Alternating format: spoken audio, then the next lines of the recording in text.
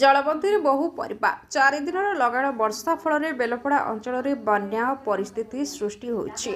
लोके नाही नथिबा असुविधार सम्मुखीन होउछन्ति। गोटे पटरे लाहांता नदीर जलस्तर वृद्धि पाउथिबारु बेलपड़ा बस्ती भितरकु प्रवेश करी सारिलाणी। अन्य पटरे वर्षा पानी रे पोखरी पूरी पोखरीरू पानी बाहरी शिव मंदिर बड़ा संपूर्ण जलमग्न हेबा सह 42 नंबर राज्य राजपथ उपरे पाखापाखि 3/4 फुट पानी जाउछि। यातायात संपूर्ण बाधाप्राप्त होउछि। एही रास्ता कंटाबांजीरू बलांगीर को संजोग करे। कंटाबांजी अंचलर अनेक गुरुतर रोगी भीमभोई मेडिकल कॉलेज को चिकित्सा पाई जाइथान्ते। एबे सेमाननको पाई बहु असुविधा हेउछि। लगाण वर्षा जोगु एबे असहाय अवस्था बेलपड़ार शिव मंदिर पड़ार 17 परिवार प्राय समस्त परिवार घर जलबंदी। घर भितरे आंठुए आंठुए पानी। प्रबल वर्षारे शिव मंदिर पछपटे थिबा कटार पानी एही घर मानकु पशु थिबारु एमाने बहु समस्यार सम्मुखीन होउछन्ति। घर भितरे पानी पड़िथिबारु ना घरे रोषेई करि पारुछन्ति ना घरे रही पारुछन्ति। अनेक घरे छोट छोट पिला अछन्ति तो केते घरे शय्याशायी रोगी अछन्ति। एमाने बहु कष्टरे दिन अतिबाहित करछन्ति।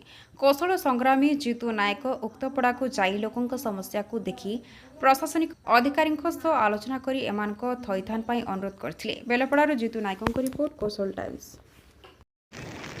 जुहार सबको मोर ना जीतू नायक मुई कौशल राज मुक्ति मोर्चा जनरल सेक्रेटरी। देखुन ये 3 दिन है आमर बेलपड़ा अंचल रे पैन वर्षा चलुचे कि आमर शिव मंदिर पजाड़े जेनटा कि 3 दिन है बीच खाबार नहीं प्रशासन तार ध्यान नहीं देवार।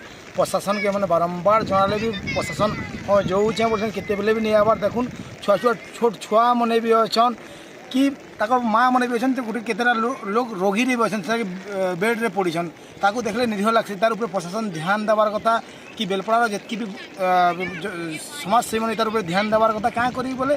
देखुन जेनता कि बेलपड़ार शिव मंदिर पड़ा आपन देखले बोले भी कही पारबे आठे आठे पैन रोचे जेनता कि बेलपड़ार केहनी प्रशासन तार ऊपर ध्यान नहीं देवा। किसी खाबार नहीं कि लाइन नहीं न फाइन न आठे लेखा पैन चलुचे किहे भी तार ऊपर ध्यान नहीं देवा। जेन रोगी मैंने भी अच्छे आपन मैंने देखले भी खराब लगवा जेनता लगुचे बहुत खराब लगवा। मोर ना जनार्दन सिंह घर बेलपड़ा। आज जेन बेलपड़ा के देखवा के मिलूचे जेन 3 दिन है लगाना वर्षा लगी काଣା कहबे तार ऊपर।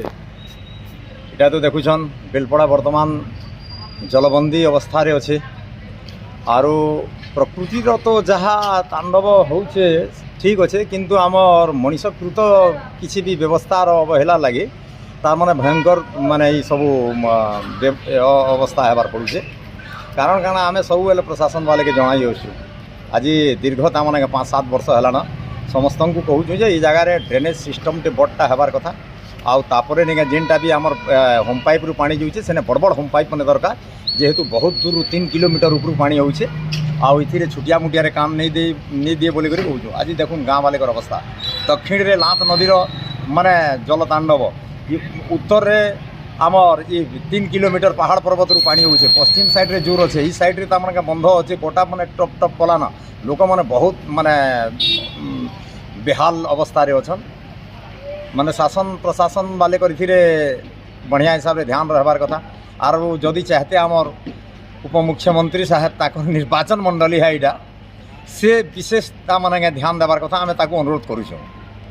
देखुन आगरू कौशल राज मुक्ति मोर्चा वाले पैन के नहीं आग कही एसेन तक भी ना करबार काଣା करबे आगामी दिन रे। देखुन सब माने तार प्रमाण भी देखुन से माने आमे दीर्घ ताने 8-10 वर्ष है ना गुटे एका कथा कहूँ जे तार लगी किसी व्यवस्था करा जाऊ किसी व्यवस्था करा जाऊ नहले आगामी दिन रे वर्षा मास रे प्रकार ताने लोक बहुत असुविधा रे पड़सन। आज देखुन माने आपनकर गाड़ी मोटर जेते एम्बुलेंस जहाँ जहाँ भी अच्छे केते हरान छन धन्यवाद आमर अंचल पिला माने जेते अछन माने बहुत साहाय्य सहयोग करूछन ता माने आमर जेन माने भी यात्री माने अछन।